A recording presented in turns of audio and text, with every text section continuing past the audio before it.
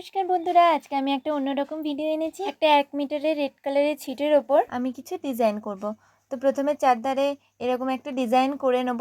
তো আমি প্রথমে পেন্সিল দিয়ে করে নিচ্ছি, তারপরে আমি রং করব। এবার আমি ডিজাইনটা করে নিয়ে তারপরে আমি আসছি। তো দেখো ডিজাইনটা করা হয়ে গেছে, হয়তো তোমরা বুঝতে পারছো না তেমন ভাবে। তো রংটা করবো এবার। তো এখানে আমি ফেব্রিক কালার করছি, হোয়াইট কালার। তো এরকম লাইন টান থেকে আমি একটা কৌশল ব্যবহার করেছি। তো সেটা জানার আগে দেখো আমি কাপড়ের নিচে একটা পেপার দিয়েছি যাতে মেঝেতে দাগ না লাগে। তো এই কৌশলটা হলো, আমি যে লম্বা দাগ টানবো তার উপরে নিচে আমি মাস্কিং টেপ লাগিয়ে নিচ্ছি যাতে সমান দাগটা হয়।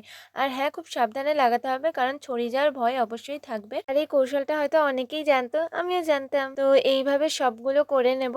আমি যে ছোট ছোট দাগ টানা আছে সেগুলোও করে নেব। তো চারধারে করে কত সুন্দর লাগছে না, আর মাঝখানে গোল গোলও করে দিয়েছি যাতে আরও ভালো লাগে।